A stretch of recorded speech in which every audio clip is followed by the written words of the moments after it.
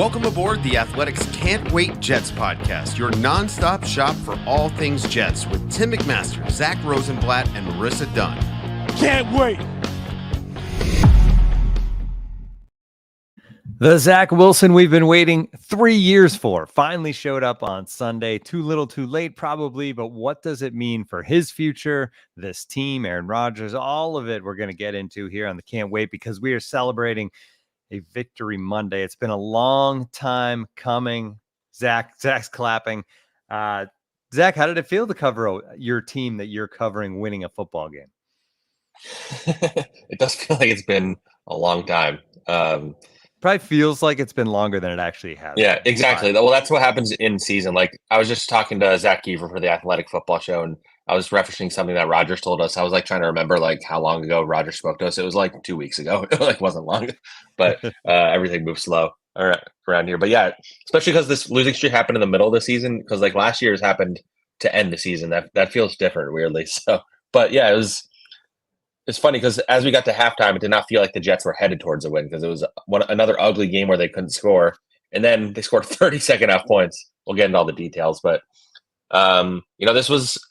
this win was meaningful, not necessarily for their playoff hopes, but I think it was meaningful for a bunch of other reasons regarding Zach, job security for some people. Like, at the same time, it also like it's hard for me not to. I'm sure some fans have thought about this. Like, why did it take so long to open things up like this? And like, how many more games would they have won if they weren't so scared to make mistakes? Whether it's Zach himself or the play callers. Like, I mean, we talked about on this podcast week after week earlier in the season about like the fear they had of unleashing Zach. And I mean, I think some of that had to do with Zach also being fearful and not taking the throws that were there and all that stuff. But yeah, ultimately it all came together to where this is the first complimentary football game they've played where the offense and defense both played well at the same time, which we haven't seen probably since last year when they beat the Bears with Mike White. And so, yeah, that's it was a win. It's something worth being happy about. I have seen some fans who are like, this is going to be the classic Jets thing where they play themselves out of a good draft position. But I think this is one win, and it's much better than ending on a 10-game losing streak. So you can be like happy that this happened and be happy for Zach and all that stuff. Yeah, I think momentum heading into next year. Everybody says momentum doesn't mean anything heading into another year, and I get that. There's all the time there's a draft, but like if you're talking about a few positions in the draft for a team that's should be in win mode now, I'd almost rather see them play well than get a slightly higher draft pick. By the way, if you haven't given us a 5-star review on Apple, please do it. Now's a good day to do it. Everybody's in a good mood, right? They won, so throw that 5 stars in there with a nice review. We're going to read the best ones at the end of the year. All right, let's start with Zach specifically. We'll get into the play calling. We'll get into Brees and the defense as well. But 27-36, 301 yards, 2 touchdowns, no interceptions. He did have the fumble, but that was actually at the end of a nice scramble. He just should have slid and whatever. I'm not going to hold that too much against him, although it briefly made me feel like it was going to spark a comeback for the Texans, because they did go down and score their own. You're thinking like somebody follows the Jets. Yeah. Career best 117.9 rating. So that's the whole game. But Zach, the second half, 18 of 21, 209 yards and 2 touchdowns. That's elite quarterback play.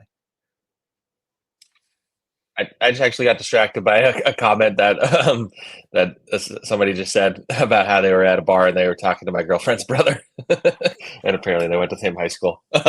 Sorry, what question did you ask? I said, that was just like taken aback by that. That's all. Yeah, no, that's all fair. That's why we have the comment section. I said second half, 18 of 20. 209 yards, 2 touchdowns. Is basically elite quarterback play, especially when you consider some of the throws he made over that stretch, because there was some great stuff. I think we can focus specifically on the throw to Garrett Wilson on the first touchdown drive, but he let it rip and it didn't backfire. Absolutely. I think the play that kind of like opened the floodgates, and everybody's talked about this play, so I'm not the first one to reference it, but it was a 3rd and long play, which, the Jets have been very bad at 3rd and long. They went run on the first 2 plays. They did do better job of like throwing on first down in this game, I'll say, but it's 3rd and long. They're at the Texans like 40. Zach is nearly about to get sacked, evades it, rolls out. he's looking at Allen Lazard. He sees there's a safety near Allen Lazard, and he knows where Garrett's going to be. Like he said this after the game. He knew where Garrett was supposed to be, so he threw it to where Garrett was supposed to be, which was 3 defenders and Garrett, and he hit Garrett perfectly for a long first down. And that was like backyard football, Zach. That's like that. He's made some highlights like that in his career. That's not like, the first time he's done that, but that was like the Zach that we've been looking for all season long. He did that against the Chiefs to a degree, but after that play is when it all just kind of took off. And Zach made a good point in the post game. He said, the biggest thing is making the easy throws. And as we know, he's had some trouble with the easy throws over these 3 years. So completing the easy ones, getting the ball to Breece Hall, getting the ball to Tyler Conklin, like you saw him using his weapons, getting them the ball quickly, not holding on to the ball too long.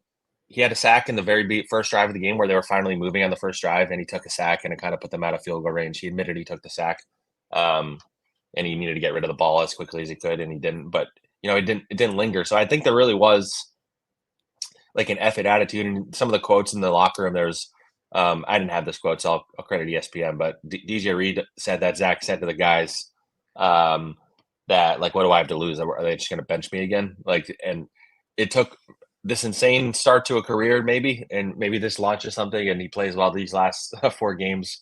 We need to see him do it 2 games in a row, which we've never seen him do. But yeah, I just think that second half, he was just, he, as Garrett Wilson said, he was throwing dots in the rain. It was not like easy weather environment. It was a loving crowd. Like when he went out at the beginning of the game, he got cheers, which, as everybody in here knows, like he's been booed more than he's been cheered probably in his career. So I think he owes all those cheers to you, Zach, for your stories last week. I mean, the one thing about that throw is it was great, and it hit Zach right where he needed it and all that. But it was definitely one of those no, yes plays, right? Like, because it goes against everything they say. Throwing back across your body and all of that stuff.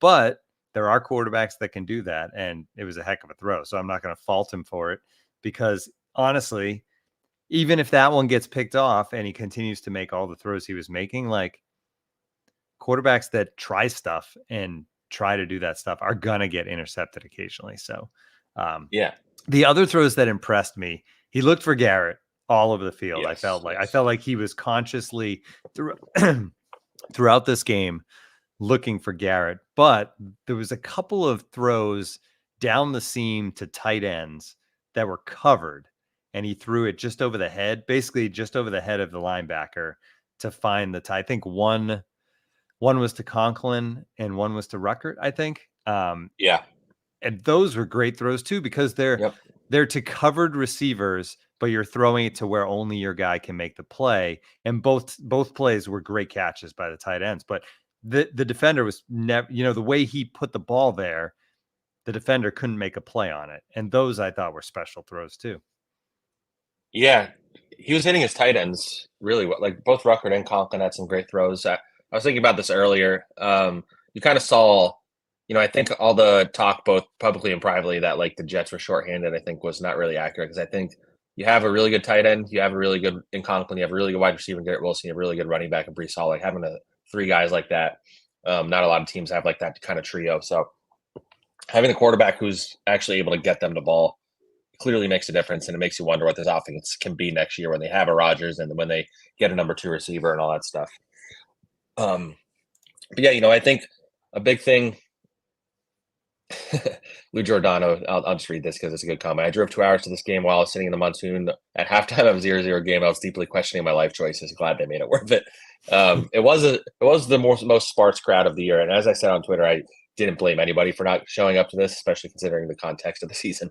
But yeah, like Zach, they were getting him, they were rolling him out, play action. They were doing some trick plays. They were, some end arounds to Xavier Gibson. The thing, Saleh had a quote about we're not gonna hold anything back. We were, going to the bag of tricks or whatever the quote was exactly. And again, it's like, why'd you guys wait this long to do that? I think you did see somebody referenced this in the chat earlier. Like last week, they definitely like the play calling was better last week too with Boyle, but Boyle was just like not seeing any of the guys down the field. And this week they had a guy who was hitting these guys. Even when they weren't open, he was hitting them. And to your point, like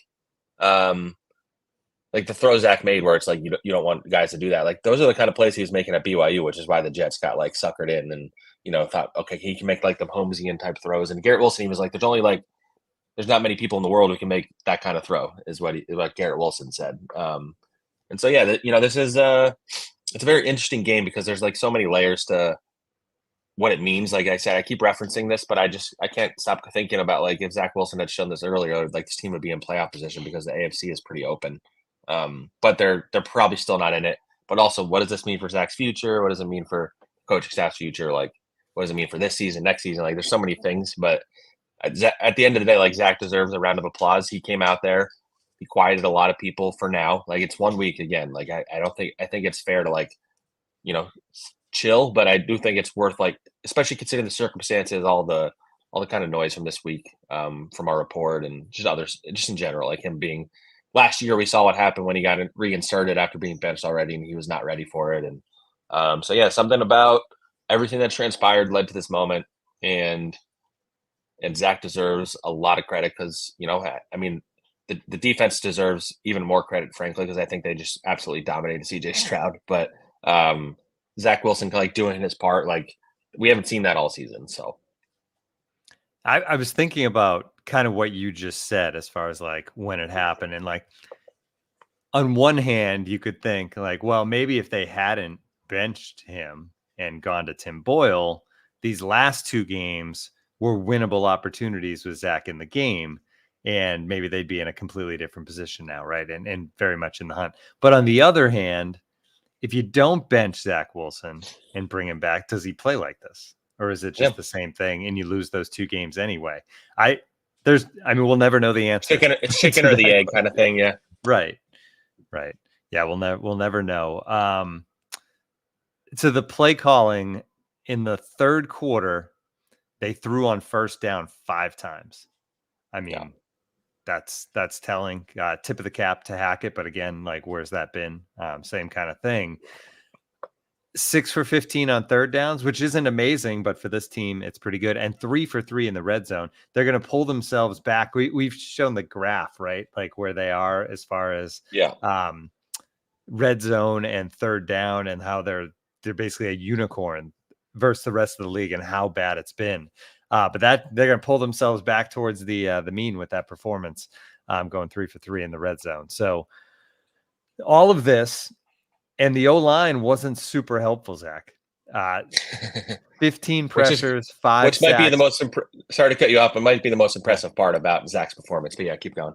Yeah, 15 pressures, 5 sacks, 2 quarterback hits. So it's not like he was like sitting back there clean in this game. Yeah. It was the same struggling offensive line. I think it was the 10th different offensive line in 13 games. There was bang-ups along the way in this game, too, where you had other guys in there. So the offensive line not fixed, but Zach able to overcome it. I mean, not only not fixed, but somehow got into like maybe its worst state that we've seen in a while. Like they started a guy that legit, I only know what he looks like because at a certain point over the last few weeks, somebody said he looked like Joe Tippmann. So we kind of say he looks like a bizarro Joe Tippmann. But Jake Hansen started at right guard. He's a guy that I would guess most of the fan base has never heard of before. There's been a few cases of that happening this season. He started at right guard. They signed him from the practice squad in November. Max Mitchell started at right tackle again. He got hurt. Billy Turner goes in. Joe Tippmann was out of the game for a little bit, and Chris Glazer had to go in. Mekhi Becton had a rough game. I don't know. Maybe he's banged up. I don't know, but I think he hasn't played very well lately. Laken Tomlinson's been like the only person to say healthy. He deserves whatever you think about him as a player. Like the fact that he's been the only person to play every game, every snap, all that stuff is kind of wild. But yeah, the offensive line did not look good. Dwayne Brown, I think he actually ran a route in the red zone as like the jumbo tight end, which is kind of funny. But it seems like that's kind of where he's at. I don't know if he's fully healthy enough to actually play, so I don't think they view him as an option necessarily. And I don't think he wants to go out without playing kind of thing. So I imagine this is kind of like, their way of kind of meeting halfway. But yeah, the offensive line was bad and they still were able to, they didn't really run the ball that great. Dalvin Cook technically got the start. I think Brees is a little banged up, but Brees played out of his mind as a pass catcher. So that worked out fine. But yeah, the O-line is going to be a problem the rest of the year because Wes Schweitzer went back on IR after coming back for 1 week. So his we hardly knew you, Wes. Like he was his first year here and was mostly injured, and I don't think Connor McGovern's coming back. So you hope you get some. Carter Warren, by the way, popped up on the injury report on Friday. That's why he didn't start. They were optimistic about him and his like getting some reps, and then he gets hurt. He hurts his hip. Whenever an injury pops up on Friday, it's always a bad sign. And so you want to get these guys reps because next year that this will be a topic for another day, but like we don't even have any idea outside of like Joe Tippmann and maybe Lakin, I guess, like who's locked in next year. Like AVT probably, but he's coming off an injury. When's he going to be ready? Achilles is a little different for O linemen than it is for 40-year-old quarterbacks who love bone broth. But so the O line. That's another thing Zach deserves credit for because he's been bad against pressure in his career, and he was good. I think somebody asked what his time to throw was. I think I saw on True Media it was like 2.7. I think that's probably skewed a little because of those long running plays where he was getting out and actually like making the throws. Whereas in the past that it was high because he was running around and not doing anything good or getting sacked after 3 seconds or whatever. But I do think he was getting rid of the ball quickly for the most part, I would say. And then you mentioned Brees. I feel like we should give a little more credit to Brees too and get into that. 10 carries, 40 yards. Not terrible. 4 yards carry on the ground. But through the air, he was explosive. And you talked about it early on about Zach making the easy throws. And this is what can happen, right? There was a couple of real easy throws to Brees where he was able to turn it upfield and make something happen because he's so electric. But I think I'm trying to think when it happened, but it was a quick play action to Brees, and Brees just kind of drifted off into the flat. And Zach looked downfield quickly and then knew he was there, hit him, and then it was wide open running. I think he ended up with over 20 yards on the play. But those are the plays where in the past he skips it, and then a touchdown drive it becomes nothing and a punt. And yesterday, not only was he not missing the guys, but I felt like he was putting them in a good position to make the play and do something with it, as opposed to just like somewhere in their area. But Brees, the big benefactor of Zach not being afraid to check down and find his running backs throughout this game. Yeah, Brees was showing. I thought it kept feeling like he was really close to breaking one. And usually when you feel like he's close, is when he does. He didn't quite get there, but 8 catches for 86 yards and a touchdown. As you said, 10 carries, 40 yards. This is the best he's been in a long time because he's been really struggling lately. I do wonder how what the usage is going to look like on him over his last 4 games, especially, they're mathematically not eliminated, but I think they're still at 1% to make the playoffs. Like, do they want to overwork Brees? But ultimately, this is very encouraging. And again, this kind of like goes into what I was saying earlier. Like you kind of saw a glimpse of like what this team can be when they have good quarterback play. That was definitely the biggest thing holding them back this year. I think play calling, as we've covered here, has been also a significant issue. But Brees I think he needed a game like that with everything that's been going on for sure. And the combo, like I said, of him, Brees, and Tyler Conklin, kind of making these really like Tyler Conklin made a couple of catches that were pretty great, like catching it over dudes. Like that's a great trio, and I really do think if they get a wide receiver 2, maybe it's Devontae Adams, maybe it's not, but if they get a better wide receiver 2, the O-line's obviously still going to be an issue, but you have Rodgers and these guys, like I think this could be a really fun offense. So this is kind of like one of those what if things that we'll be thinking about all year, like what would this offense have looked like? It was Conklin's been great because he talks to us after every game, and he's been like so exasperated. He's like, I don't know what you guys want me to tell you. Like I have nothing for you. And this week he was like, I'll be honest, like going to the sideline after a touchdown was great because we haven't done that in a while. And we got to do it a few times today. Like it was just a great feeling finally just being on the sideline after scoring instead of going 3 and out or whatever. So the weapons in the offense were happy. Whereas I think a lot of guys, especially with Garrett, as I wrote about last week, how they're wasting him. He just seemed like so sad and like upset about just the way things had gone. And he again, as a young leader, was like out of words to say. And so, I think it's encouraging for those guys because maybe it gets them up and gets them even more juiced as you go into these last couple of games. The Dolphins are going to be a hard game. We'll talk about that later in the week, but you feel better about this offense at least if Zach can make the easy throws. He doesn't need to throw 300 every game, but if he can make the easy throws, get these guys the ball, let them make the plays, then this offense can at least show some progress. Yeah, it felt like the season was really taking a toll on Garrett Wilson, and it must have been kind of a weight off his shoulders too, just to be able to see, 100 yards receiving and no touchdown, but like 9 catches and getting consistent targets and all of that. And it showed in he was praising Zach after the game, which is cool to see, and probably a positive for Garrett going forward to be able to just finish this season strong. All right, we should talk a little bit more about the defense in the first half of this game. So the first half, 11 straight punts, which I think if you've consistently watched the Jets play, you're almost used to at this point, right? Where it's, they can't move the ball, they punt. The defense is fantastic. The other team punts. But another great game for Morstead, by the way. Another great game for Morstead. He was killing it. Yeah. Yep. And Braden Mann, by the way, last night. Oh man, I don't know if you watched the Sunday night game. Big faked punt, first down for the Eagles. I know they got killed, but CJ Stroud, like, add him to the list of great quarterbacks. Yeah. I think we can call him a great quarterback at this point, right? I mean, he's got to win. He is, yeah. He's got to win Rookie of the Year going away. 10 of 23, 91 yards. Of course, he left the game, and we hope he's okay. Banged his head on the turf and is in concussion protocols. But that was late in the game. They shut him down completely. Texans as a whole were averaging 373 yards per game coming into this one, 135 on Sunday. I can't remember who it was on the defense. I think it was Reed said that this was the best performance of the season for this defense, which is saying something. Yeah. I don't know if I'm necessarily ready to say that because I do think the Texans, their receiver group was like just decimated. Tank Dell already was out. Nico Collins, who had a catch on Sauce at the beginning of the game, got hurt. And they already didn't have their tight end. So they weren't playing with, I'm not going to like make excuses for them. The Jets absolutely dominated them, and they probably still would have even with those guys. But that should be noted because I think shutting down the Chiefs was more impressive to me than this game. And the Eagles, like shutting down Jalen Hurts, although it seems like that's happened more often lately. But they were just absolutely dominant. The defense was getting pressure. Bryce Huff had a great game. It's his first great game in a while. I think he'd quieted down a little bit. Quinnen Williams was utterly dominant. And Sauce Gardner and DJ Reed and Michael Carter II, like the three of them remain, I think, the best cornerback room in the NFL.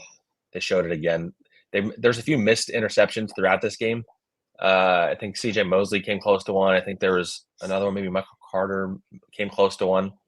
But yeah, this defense, I think Jeff Ulbrich, I don't know how much more I could praise him, but I think he has flown on the radar league wide because of how bad the Jets have been overall. But like the way the defense is still stuck together, they've had pretty good health luck, I should say. That was one thing I talked to you about at the beginning of the year. Like if there's anything that's going to mess this thing up, it's going to be they're not going to have the same amount of health luck. Like, who have they really lost? They had that game where they didn't have Sauce and DJ and they won. They haven't really lost any. Like Carl Lawson was banged up and then he's been healthy and hasn't played. They haven't needed him. They lost Al Woods.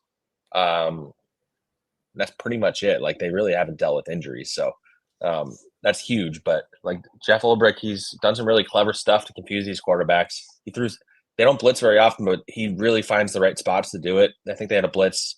I think it was in the first half.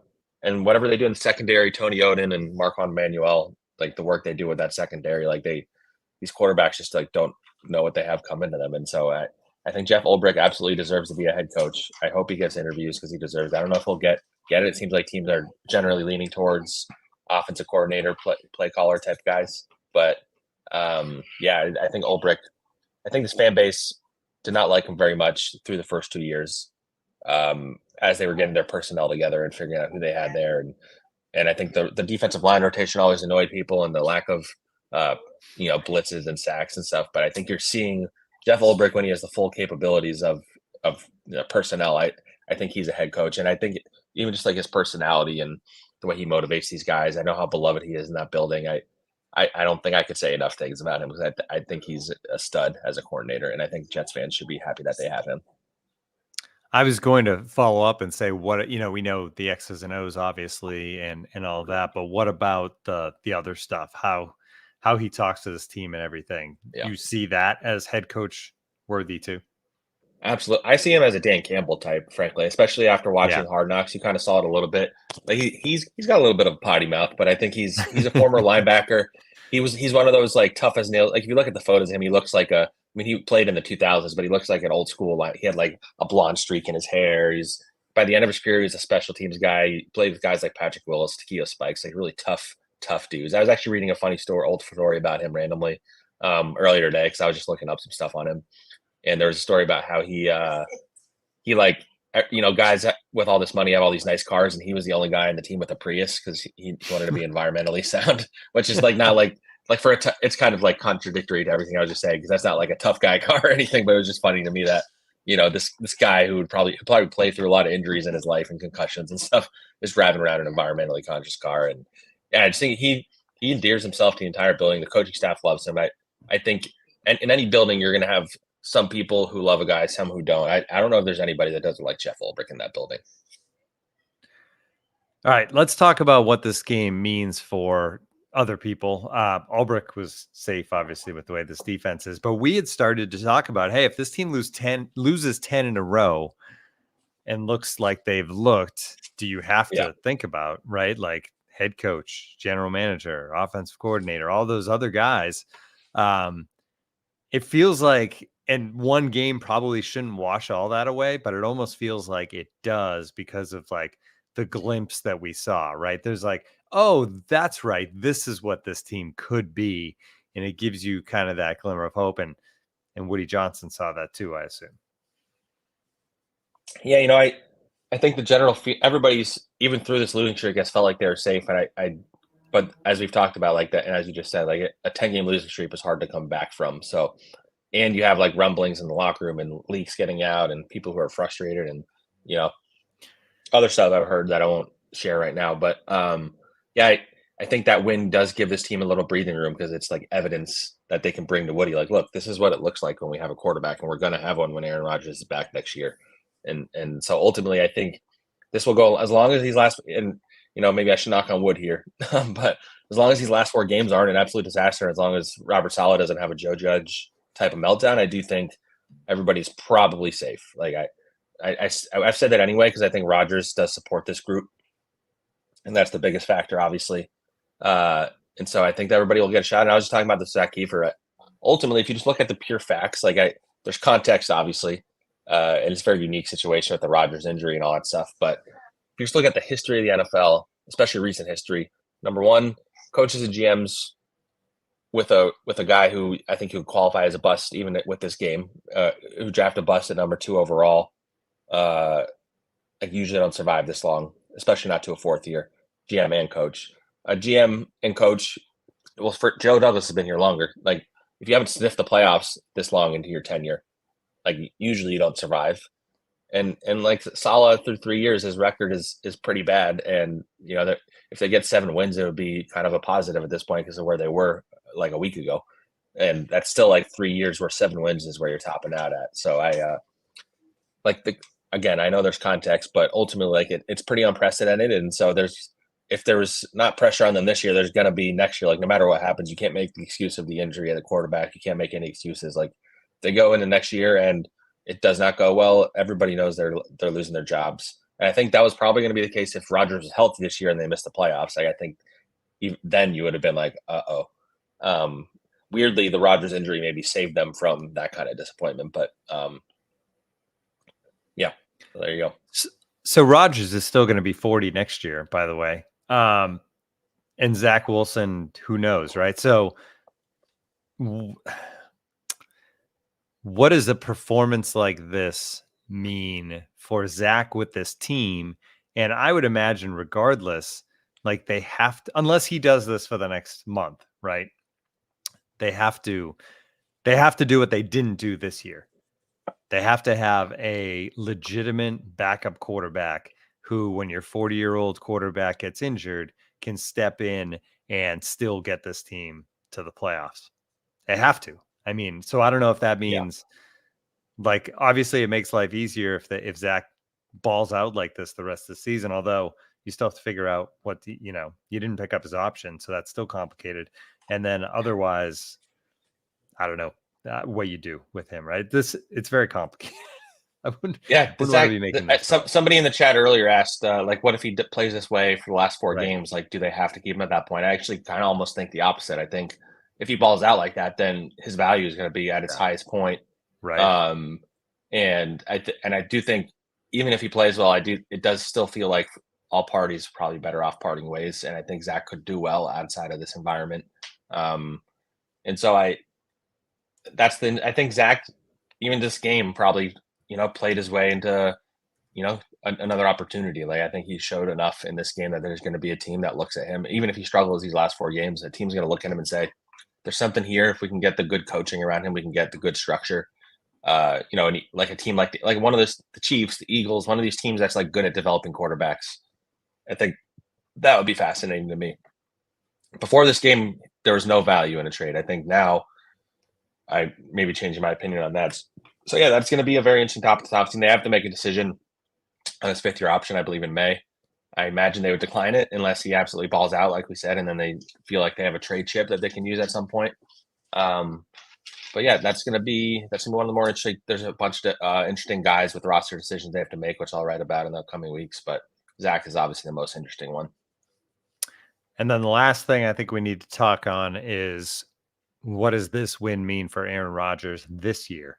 Is this make it any more likely that he gets back on the field late in the season? I was thinking that last night, like, oh man, he's gonna play, isn't he? I was saying that. I get the sense that maybe it won't be this week if he does. So I think this Dolphins game might determine that. Like, if they upset the Dolphins, I think we're on real Aaron Rodgers watch for that Washington game, which has been his goal the whole time. If they lose, I still think it's possible, but as I've said on here, I've always predicted that he won't be coming back. I just think it's not worth the risk. And so, yeah, if I'm sitting here right now, I'm still saying he doesn't. But if they somehow pull out an upset against the Dolphins, I think it's a real. Again, they're still not going to make the playoffs, which is why it's still not worth it ultimately. Because they really, I think they're at a 1% chance still. I think if they won out, they're still only at like 15 or 20%. Like, they really have to have a lot happen around them because they've had a bunch of AFC losses. So I don't think it's not a 0% chance, which is still crazy to think about. But I think this week will be pretty telling. If he's been resting on Wednesdays lately. If he practices on Wednesday, I think that would be an interesting sign. If he practices all week and gets out of the week feeling good, we go into the next week, they either play well or they win. Then then I think he might play in that Washington game. But if they lose this game, I just think they shut it down at that point. Maybe they don't announce they're shutting it down, but I think they do. The other interesting thing, if they win, right? You would imagine if they beat the Dolphins, Zach has to play well, because this offense, as good as the Jets defense is, they're not going to completely shut down this Miami Dolphins offense. I would imagine they're going to get their points. I think you're going to have to score in the 20s to beat them. So then you're living in a world where Zach has played well 2 weeks in a row. And would you rather see what Zach has and just let him keep playing, or would you rather see Aaron Rodgers? You know what I mean? As a franchise, I would almost at that point be like, no, Aaron, I mean, you can't. He can do whatever he wants. Yeah. I mean, if no, Aaron wants to we'd play, like to just kind of roll with Zach here and see what he can give us the rest of the season. Yeah. I think that's the goal, is to play Zach the rest of the year. I think that's what they believe. And Salah said something about the idea of Rodgers playing this week. He said, I wouldn't hold your breath, kind of thing. Although as fans are always on the money with are always cracking me up with the stuff. Whenever it's an injury related thing with Salah, they always immediately respond like, okay, so he's playing this weekend. Because it's always the opposite. But like that happened with Brees, where he said, okay, Brees should be fine for Sunday. Everybody's, oh, great, Brees is out for the year, isn't he? But yeah, I mean, we're on Rodgers watch until the end of time, ultimately. So we'll always be on Rodgers watch. I'll be in Rodgers watch until the day I die, it seems like. All right. Anything else before we say goodbye? This one's actually, we're kind of short, but it's because you can only praise Zach for so long. Yeah. Trying to think. I feel like we've covered most of the things. Thomas Morstead and Greg Zuerlein are still both on the money. Zuerlein. We didn't mention Zuerlein. Yeah. Oh my gosh. Zuerlein was great. Yeah, he is automatic. I will say it's something we didn't talk about. I can't remember if it happened before or after last. So they released the first top 10 each position in Pro Bowl voting, and it's only fans, so I wouldn't put too much stock into it. But the Jets were very absent, including guys like Sauce Gardner, who I thought would be there. He had he was talking about it actually the other day. He said that for whatever reason, other fan bases don't like him. because he gets so much hype and he talks about it or whatever. I don't know, but yeah, they didn't have like Quinnen Williams not in the top 10. I can't remember. I don't think Quincy was. Like a lot of the guys that I thought would be doing well were not. So it's something to think about. I think Thomas Morstead was. I don't remember if Greg Zuerlein was, but yeah. So I do think Sauce will ultimately make it, but it was interesting to me that he wasn't even in the top 10. It's when you struggle, it has an effect on a lot of different things. Like if you think back to last year, this team was off. They got off to such a good start that I feel like in people's minds they were a winning team, even though they then faded. But this year the fade started so much earlier. I think it does have an impact on those votes and all that stuff. Although people have seen them play a lot, they've seen this defense dominate on prime time a lot. But yeah. All right, that's going to do it for us. We'll be back later this week, getting you ready for the Dolphins game. That should be a lot of fun. Look forward to seeing this defense against an offense that's just really clicking right now with big time weapons all over the field. That's going to be a lot of fun, and we'll see if Zach Wilson can keep things going. We'll talk about it later this week. Thanks for joining us on the Can't Wait podcast.